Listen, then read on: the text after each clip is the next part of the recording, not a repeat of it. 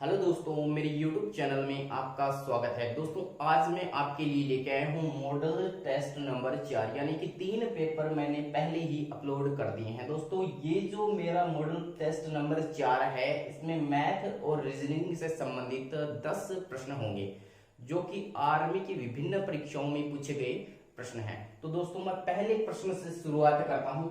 पहला प्रश्न है, 15,000 रुपए के मूलधन पर 8% की दर से 3 वर्ष का ब्याज ज्ञात करो।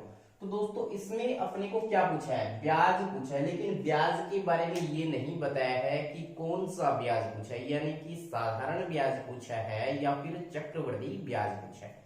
यदि आपको प्रश्न में ये नहीं बताए कि कौन सा ब्याज ज्ञात करना है, तो आप हमेशा साधारण ब्याज ज्ञात करें। तो साधारण ब्याज का प्रश्न आ गया, आपको पता चल गया कि साधारण ब्याज का प्रश्न आ गया। दोस्तों, ऐसा प्रश्न आर्मी के एग्जाम में 100% प्रत्येक बार पूछा जाता है। मैंने हर एग्जाम में ऐसा देखा है कि आर्मी के एग्जाम में ये वाला प्रश्न हमेशा पूछा है। एक मैं नया वीडियो अपलोड करूंगा दोस्तों, उसमें मैं आपको प्रत्येक टॉपिक से, जिस भी टॉपिक से प्रश्न पूछे जाते हैं, उन सभी टॉपिकों के बारे में बता दूंगा कि इस टॉपिक से आर्मी के एग्जाम में इतने प्रश्न आते हैं। साइंस, जीके और मैथ तीनों का ही मैं एक वीडियो बना दूंगा। तो पहला प्रश्न है साधारण ब्याज से। यदि आपके पास साधारण ब्याज का प्रश्न आ जाए तो आप क्या करें? सबसे पहले साधारण ब्याज का फॉर्मूला लिख दें, यानी कि साधारण ब्याज का सूत्र लिख दे। तो साधारण ब्याज के सूत्र की मैं बात करूं तो साधारण ब्याज बराबर होता है, क्या होता है? यदि किसी के याद न हो तो सीधा ही याद करेंगे, समुद्र बटे में 100, यानी कि साधारण ब्याज बराबर होता है समुद्र बटे में 100। इसका मतलब है कि साधारण ब्याज के बराबर होता है क्या? से समय, मूल से मूलधन और दर से दर बटे 100। तो समुद्र बटे 100, समय, मूलधन और दर तीनों क्या है? गुणा में है, उसमें किसका भाग लगाना है? 100 का। तो मैं प्रश्न से देखकर इस फॉर्मूले में सभी मान पुट कर दूंगा या फिर रख दूंगा। तो मैं मान देखूं तो सबसे पहले क्या बोल रहा है कि 15,000 रुपए के मूलधन पर, यानी कि मूलधन अपना कितना है? 15,000। तो 15,000 बराबर के इधर आएगा, तो 15,000 गुणा में 8% की दर, तो दर भी यहीं पर आएगी, गुणा 3 वर्ष, तो 3 वर्ष भी इधर ही आएगा, बटे में 100। क्या पूछा है? ब्याज पूछा है, तो ब्याज अपना आ जाएगा। दोस्तों, मैं साधारण ब्याज को सिंपल इंटरेस्ट यानी कि SI भी लिख सकता हूं।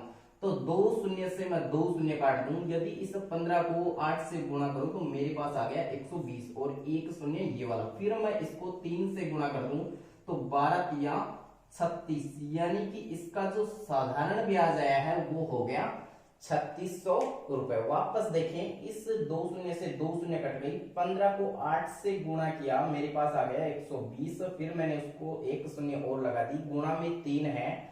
अब मैं 12 तिया 36, तो ये हो गया 3600। तो प्रश्न नंबर 1 में साधारण ब्याज आ गया 3600 रुपए। ऐसे ही अगला प्रश्न है जो कि प्रतिशत से पूछा गया है। आर्मी के एग्जाम में काफी बार, यानी कि अधिकतर हमेशा एक प्रश्न प्रतिशत से पूछा जाता है, लेकिन उस प्रश्न में क्या होता है कि इतना बड़ा नहीं देता। मैंने क्या किया, इस प्रश्न में कम से कम भी 3 प्रश्न ऐड कर दिए। जैसे कि ये वाला प्रश्न है, इसमें ये क्या बोल रहा है कि 4240 रुपए का, यानी कि 4240 का मतलब होता है दोस्तों गुणा, यानी कि पहली, दूसरी या तीसरी, चौथी कक्षा में अपन ने पढ़ा था कि का हटा दो, गुणा लगा दो, प्रतिशत हटा दो, बटे में 100 लगा दो। वापस बोल दो, का हटा दो, गुणा लगा दो, प्रतिशत हटा दो, बटे में 100 लगा दो। तो का गुणा 3/5, का हटा दो, गुणा लगा दो 75 बटे, प्रतिशत हटा दो, बटे 100 लगा दो, का हटा दो, गुणा लगा दो 25/100। अब मैं इनको सरल करके देखूं तो 25 एक बार, ये 4 बार, ये 25 से 3 बार, ये 25 से 4 बार। अब मैं इसको इससे काट दूं तो ये आ गया 4 बार, 1 आ गया, फिर आया मेरे पास 6, फिर आया 0। अब वापस मैंने इसको काटा 1 बार, तो ये आ गया मेरे पास 2, फिर बचा मेरे पास 6 और फिर बचा 2, तो 5। अब 265, तो ये वाला बच गया, और गुणा में मेरे पास क्या बचा? 3 गुणा 3 या फिर 9, बट्टे में क्या बचा? मेरे पास 5 बचा और कुछ नहीं बचा है। अब मैं क्या करूंगा, इस 5 से इसको काटूंगा, तो 1 बार कट गया, फिर आ गया यहां पर 5 से इसको काटा मैंने, ये कट गया 5 बार, फिर आ गया 1 और फिर काटा मैंने 3 आ गया। अब मैं इसको इससे गुणा करूं तो 9 तिया 27 हासिल 2, 9 पंजो 45 और 2 47, यानी कि इस प्रश्न का उत्तर आ गया 477। दोस्तों प्रश्न नंबर 3 है, औसत से पूछा है। क्या पूछा है कि 10 संख्याओं का औसत 12 है, यदि 7 संख्याओं का औसत 15 हो तो अंतिम 3 संख्याओं का औसत ज्ञात हो। यानी कि ये बोल रहा है कि कोई 10 संख्याएं, कितनी संख्याएं हैं? 10 संख्याएं हैं। अब 10 संख्याओं की बात करूं तो मैं ऐसे लिखूं कि एक संख्या ये 2 3 4 5 6 7 8 9 और 10। सिर्फ मैं आपको ये समझाने के लिए बता रहा हूं। कितनी संख्या होगी? 10। अब क्या हो रहा है, इन 10 संख्याओं का औसत कितना हो गया, यानी कि इन सभी 10 संख्याओं का औसत कितना हो गया? 12 हो गया। तो 12 औसत होने का मतलब है यदि मैं संख्याओं को औसत से गुणा कर दूं, यानी कि इस 10 को 12 से गुणा कर दूं तो 120 आ गया, यानी कि इन 10 संख्याओं का योग कितना आ गया? 120 आ गया। अब क्या हो रहा है कि 7 संख्याओं का औसत 15 है, यानी कि इनमें से 1 2 3 4 5 6 और 7, यानी कि ये इतनी जो संख्याएं हैं इनका औसत 15 है, यानी कि 7 संख्या उनका औसत 15 है, यानी कि 15 संतु 105, यानी कि इन 7 संख्याओं का योग कितना है? 105। अब बोल रहा है तो अंतिम 3 संख्याओं का सिर्फ औसत ज्ञात करना है। तो 1 2 और 3 इन अंतिम संख्याओं का क्या ज्ञात करना है? अपने को औसत ज्ञात करना है। तो कुल संख्याओं के योग की बात करूं तो कितना आ गया? 120 आ गया। उनमें से 7 का योग कितना है? 105 है। तो अंतिम 3 का कैसे बचेगा? कुल में से 7 का योग घटा दूंगा, कितना आ गया? 15 आ गया। ये क्या आ गया? योग आ गया। क्या आया है? योग। किनका? सिर्फ 3 संख्याओं का योग आया है। क्या पूछ रहा है कि 3 संख्याओं का औसत ज्ञात करना है। तो औसत का मतलब है योग में राशियों का भाग दे दो। तो राशियां कितनी है? संख्या कितनी है? 3 है। 3 को मैं इससे काट दूं तो कितना आ गया? 5 आ गया, यानी कि इन 3 संख्याओं का जो औसत आया है वो कितना आ गया? 5 आ गया। तो प्रश्न नंबर 3 का उत्तर हो गया 5। अगला प्रश्न नंबर 4 है। दोस्तों ये त्रिकोणमिति से संबंधित प्रश्न है, जो कि आर्मी में काफी हार्ड प्रश्नों में से गिना एक जन। दोस्तों इस प्रश्न की बात करूं तो ये पहली बात तो कभी आर्मी के पेपर में आता भी नहीं है, लेकिन मैंने एक बार भरतपुर के पेपर में 2019 में इस प्रश्न को देखा, जिसमें सीधा ही उसने क्या कर रखा था? सीधा ही 345 का मान पूछ रखा था। दोस्तों जब मैं त्रिकोणमिति पढ़ाता हूं तो आर्मी के बच्चों को सिर्फ इतना ही याद करवाता हूं कि tan 45 और cot 45 और sin 90 इन सभी का मान 1 होता है और इनमें से ही प्रश्न हमेशा आया है। लेकिन क्या पता कहीं से भी प्रश्न आ जाए। तो मैं इस प्रश्न की आगे बात करूं तो इसमें क्या दे रखा है? tan 45 और cot 45 दे रखा है। तो आप याद कर लें कि tan 45 का मान भी 1 होता है और cot 45 का मान भी 1 होता है, और बीच में प्लस है तो 1 और 1 हो गया 2, यानी कि इस प्रश्न नंबर 4 का उत्तर हो गया 2। प्रश्न नंबर 5 है, काफी सीधा सा प्रश्न है, पॉइंट में भाग पूछा है। क्या पूछा है? पॉइंट में भाग पूछा है। काफी बार ऐसे प्रश्न पूछे जाते हैं। तो भाग दे रखा है तो मैं इसको सरल करने के ये एक सीधा तरीका अपनाऊंगा, यदि गलती न हो इसलिए मैं इतना सरल तरीका अपना रहा हूं। जैसे कि इसने क्या लिखा? 0.9 में भाग लग रहा है, किसका लग रहा है? 0.75 का लग रहा है। तो मेरे को क्या करना है? ये पॉइंट वाला चक्कर देख के आप गुणा कर देना सीधा ही, यानी कि नीचे 1 और 2 दो स्थानों के बाद पॉइंट है तो आप भी इसको 1 के 2 शून्य से ऊपर गुणा कर देना। यहां पर एक स्थान के बाद पॉइंट है तो आप क्या करेंगे? 10 से गुणा कर देना। 2 स्थानों के बाद हो तो ऊपर 100 से कर। याद रखें कि पॉइंट के विपरीत, यानी कि ऊपर हो तो नीचे और नीचे हो तो ऊपर शून्य लगाते हैं। अब ये पॉइंट हट गया, ये गुणा करने का मतलब ये वाला पॉइंट हट गया। 3 से इसको मैं काट दूं तो ये आ गया 3 और ये आ गया 25। इसका एक शून्य काट दूं तो इसको मैं 5 से काट दूं 5 और ये हो गया 2, यानी कि 3 दूनी 6, ऊपर आ गए 6, बटे में क्या आ गया? 5 आ गया। अगर मैं इस 6 में 5 का भाग लगाऊं तो भाग गए एक बार, फिर आ गया 2, यानी कि इसका उत्तर आ गया 1.2। अब प्रश्न नंबर 6 की बात करूं, प्रश्न नंबर 6 में पूछ रखा है कि चीनी के भाव में 20% की वृद्धि होने पर, यानी कि चीनी के भाव में क्या हो गई? 20% की वृद्धि हो गई। तो अब वो बोल रहा है कि चीनी के भाव में 20% की वृद्धि हो गई, तो कोई गृहिणी है वो चीनी की खपत में कमी कर देगी। तो वो पूछ रहा है कि कितनी कमी करे कि उसके खर्च पर कोई प्रभाव न पड़े, खर्च में नहीं सॉरी खपत में कमी कर देगी।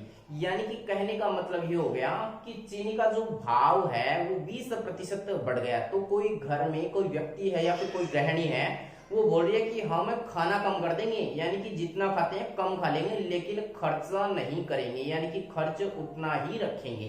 तो प्रश्न में ऐसा प्रश्न आ जाए तो आप क्या करें, आप सीधा करने की कोशिश करें। जैसे कि ये 20% की वृद्धि लिख रखी है तो आप सीधा ही 20 लिख दें। ये कमी हो या वृद्धि हो आपको यहाँ पर 20 लिखना है, या फिर जितना दे रखा हो उतना लिखना है। अब वो वृद्धि बोल रहा है तो आपको भी यहाँ पर 100 में जोड़ कर लिखना है। तो 100 में मैंने 20 जोड़ दिया, कितना आ गया 120 आ गया। गुणा कर देना कितने से, 100 से। और मैं इस 20 को इससे काटूं, एक बार ये कट गया 6 बार, इससे काटूं 3 बार ये कट गया 50 बार।